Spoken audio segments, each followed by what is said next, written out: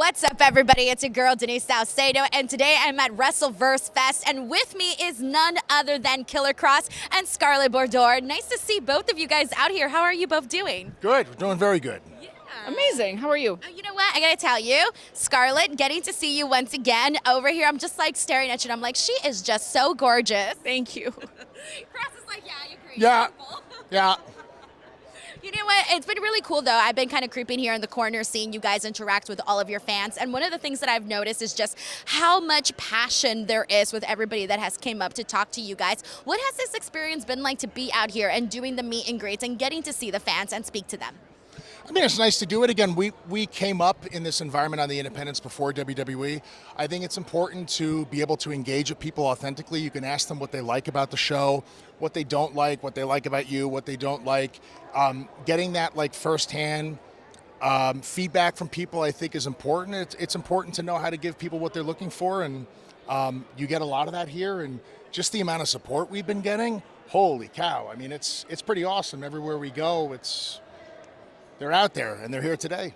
So the people who show up here are not the casual fan. These are the passionate fans. These are the fans that remember what we did when we first started. They had the Lucha Underground White Rabbit 8x10s, and they remembered what I did in Impact, and even before then in Shikara. You don't get that all the time in Japan, and you don't get that all the time at the company we were just at. A lot of times it's casual fans who have no idea that I've even had a match in the company before.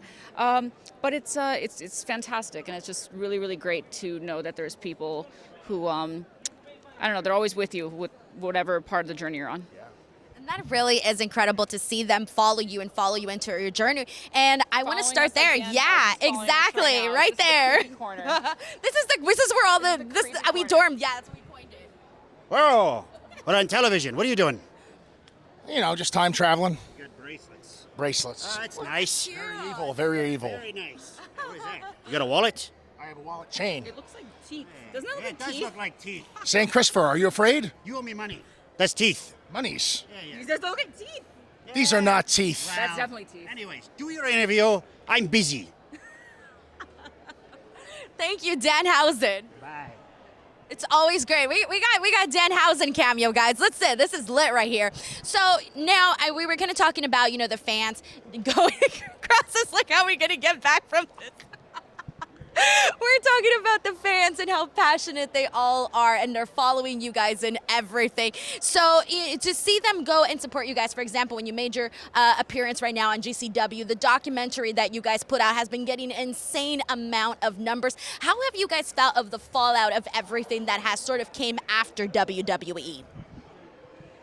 Well, I mean, what's pretty cool about this entire thing is we've never felt so supported in our entire careers. Like, I just remember even just being outside the building where we did the interview with Ariel Helwani on New York City, people were stopping, like maybe 15 or 16 people stopped over like a 20-minute period. I was on a phone call, and people recognized me from WWE and saying like, hey, we're in your corner, we want Kross. I mean, we feel really good about everything. Like we're having fun. I mean, this isn't exactly what we were anticipating to happen or what we wanted to happen, but all in all, things are very good. Like I really can't complain. The part that's most shocking is when we think about it, it's still August right now. We were at SummerSlam 3 weeks ago. Oh my Yeah. gosh. Like, that's the part. I don't know if this is just like the longest month of all time. Yeah. But it's just really crazy how, you know, 1 week we're in WWE and now we're free. We're free. We could be anywhere. We could do anything. And that's actually really exciting. Yeah. I think it's something that we're still getting used to just because we thought we would still be with the company. But we're really excited to see what comes next. You mentioned the interview with Ariel Helwani, and so much came out of that. One of the first things that you said was, this is not a work. Like, I am telling you guys legitimately, I'm not in character right now. And coming off of that, even after you said that, people were still not believing it. And now you're going out there and doing it. How do you feel about where the fans are now? Do you still feel like they may be like a little bit confused as to whether or not this is legit? Or do you feel like that's gone away now with the appearances you've done? Well, I can tell you what people have been saying to me today. Like there's been hundreds of people that have come up to the table. A lot of them are really angry because they were hoping it was a work. They were hoping it was going to be a payoff. And I would never work somebody like that. Like to me, it's like not in good taste. You don't mess with your credibility that way, and I Yeah. feel like it just sours the fans, and you have to be really careful with that. running an angle where you lose your job and upset people would not be something. That's not like something I would do. And I understand why people thought it was going to be a work. They were hoping it was going to be a work. But Even yeah. our coworkers think it was a work. I Like that's just- why a lot of people didn't reach out to us right away. It's like, hey, I was really upset when we found out Seth Rollins' injury was a work, so we don't want to feel that way again because it broke our hearts. Literally just 10 minutes ago, Yeah. don't say his name, but just 10 minutes ago, somebody we're working with, he just messaged me. He had no idea. Wanted to wait. Yeah. Yes. Wow. Yeah, so a lot of the guys didn't know, and we were just kind of like, well, maybe let's just see what happens. Maybe they'll recover the situation. So we kind of remained somewhat quiet about it. And now we have a "fuck you forever" shirt, and people still think it's a work. But I guess, Which was- yeah, WWE's letting us do that now, guys. And it's crazy because even when I was seeing everything, it's like you, I also felt, that if it was a work, if it was a situation like that, it would be in poor taste. And even knowing that, it still creeped in that doubt of like, what if, right?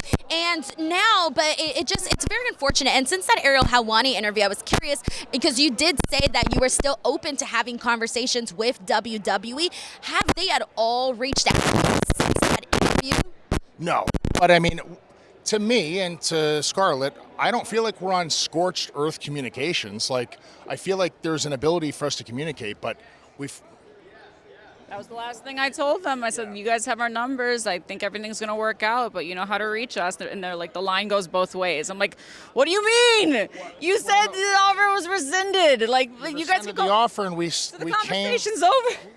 We went to them like telling them that we wanted to remain with the company, and they put somebody between us and rescinded the offer. So the whole thing's been it's very weird. I don't know how else to say it. I don't mean to be redundant, but it's all very weird. But So we have to laugh about it at this point. It's just I crazy. mean, we have to, and we have to move forward. And it's a weird thing because, yeah, this is like not what we wanted to happen, but we also are having a good time and having fun and engaging with the fans. It's not the end of the world. However, I think we could definitely improve the whole situation, under, healthy communication. But we're also not going to wait. We are not going to wait. We are going to work, and we're going to put on killer matches. We are actually going to be tagging with someone who helped train me very soon. I don't know if I want to drop that yet. I'm going to wait for the company. But my first match back, I'm really excited about. Yeah. So I will be wrestling again, which I've been wanting to do. But we have a lot of cool stuff coming up, and we have ultimate creative freedom. We get to do whatever we want. So we're going to take advantage of this time because who knows how long it's going to be. So Scarlett, I can't let you go too easily on that one. I won't press you for questions, but I do want to know how you feel though getting back into the ring and getting ready for this first match back. I don't even know how to answer that. Nervous, but then at the same time, I feel like every time I've gotten back in the ring, it's still in me. He knows when I had my first match back after 455 days in WWE, it was against Rhea. It was on a house show, and I was so nervous, but we killed it. We absolutely killed it. Abyss told us we killed it. Molly Holly told us we killed it. So, and everyone's asked me, like, oh, let's get you in more matches. Nothing happened after that. But I was told by everybody, I heard you did great.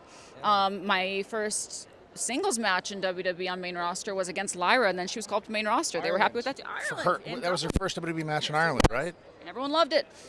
So even when I get nervous and I'm like, well, I haven't wrestled in a while, turns out good. I think I still have that in me, and I just try to remember who the fuck I am. I don't know if I'm allowed to say that, but yeah, I'm fucking ready. One of my favorite moments of yours, and I think you know which one I'm going to bring up, was when Alicia Toot was interviewing you, and you called her. I think you were like, "Shut up, 7," when a 10 is talking. So it was 5. It was a 5. It was a 5. 5. Shut up. 5's a 10 is talking. I died at that like a zillion times over. It was one of the greatest things I've ever heard. And so I'm definitely excited to see you get back in the ring and get to do all of that. And I do, looking back at both of your WWE careers, what would you say were those moments that you're just really thankful that they happened, even if, things worked out the way they did right now? Those things that you're like, you know what, I'm happy they happened, and I look back at that very fondly. Honestly, not to cop out, all of it. There's I was asked a question recently in an interview where someone said, what would you say to your younger self? Like, what advice would you give to your younger self? I don't necessarily think I would advise my younger self on really honestly doing anything. I love my life.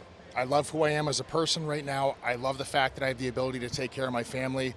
I think mistakes and errors are part of the journey. Sometimes falling flat on your face or getting stabbed in the back is part of the journey too, and learning how to recover from that. And I'm happy where I'm at, and I'm not concerned about the future. I think whatever's going to happen is going to be exactly what's supposed to happen for me. It's always been that way.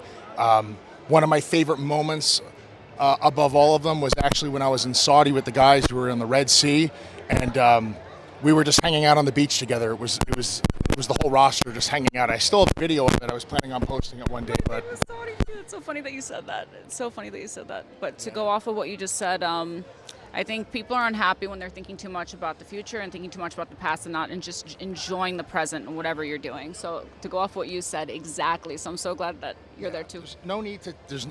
I don't know. We're very big believers on taking the high road.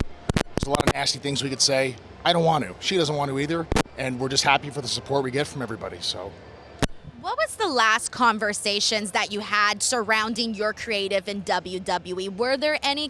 And then also just to kind of add to this, and you can answer it or not, but Bishop Dyer, Tom Pestock, did talk about, and I'm paraphrasing, in a Busted Open podcast, he was talking about how he feels that sometimes you see WWE use people less when their contracts are coming up, and I was wondering if you guys had any thoughts on that as well. So kind of a two-part question.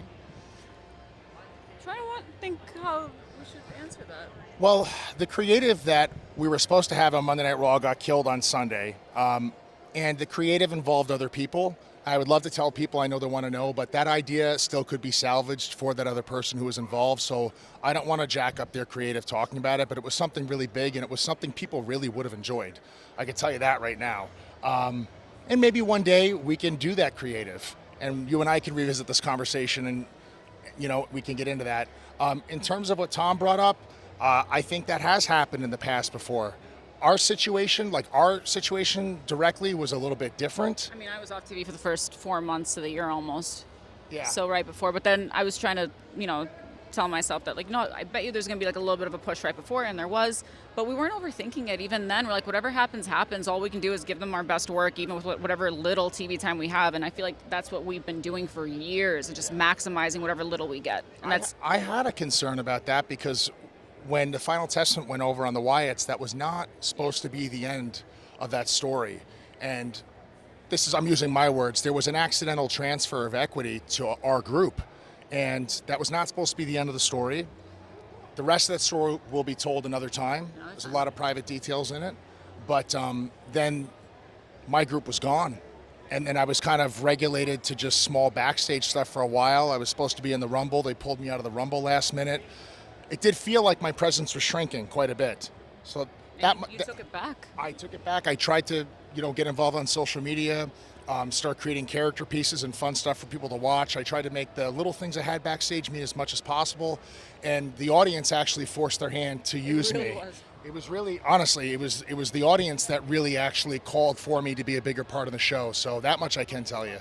So do you feel like the storyline and what we ended up seeing in your last couple of weeks with WWE with Sami Zayn only happened because of the stuff that happened with the promo and afterwards and all the buzz you gained after WrestleMania? Or was that always supposed to happen? Oh, I would say The fans did that for sure, without a doubt. They made that happen. I think beginning of the year, we didn't know if we would have jobs by the end of the year, but that's what I think caused the promo and then the documentary to come out Mania week, especially when it was in Las Vegas, which is his home. Like, that is where he was born as a wrestler. So just being there that week I remember being really difficult for you. And I'm going to make this something. I remember you saying that. So I don't want to let people down, Do you have any advice for wrestlers? Because I've now talked to dozens of wrestlers that have gone through similar situations, releases, you name it, contracts not being renewed. The list goes on. And so many of them, sometimes they saw it coming, sometimes they didn't. Do you guys feel like there's any advice that you can give if you wanted to? Prove them wrong. Let that light a fire under your ass and prove them wrong. If they think you're not good enough, if they think you don't belong there, get better at your promos, get better at your matches, and keep going. Because look at us. I mean, we got let go, we got brought back. I feel like every year we're doing new things and better things, and I do have a feeling that bigger things are coming. Like, in my gut, in my soul, I feel it. Prove them wrong. When things don't go, the way you thought they were supposed to, think everything happens for a reason. I couldn't have said it better myself, honestly. All of that. Awesome. Well, thank you guys so much for taking the time. I ended up taking way more of your time than I had planned to, so I apologize in advance. But thank you so much for taking the time to chat with me. And thank you to everybody watching. We'll catch you guys on the next one. Thank you.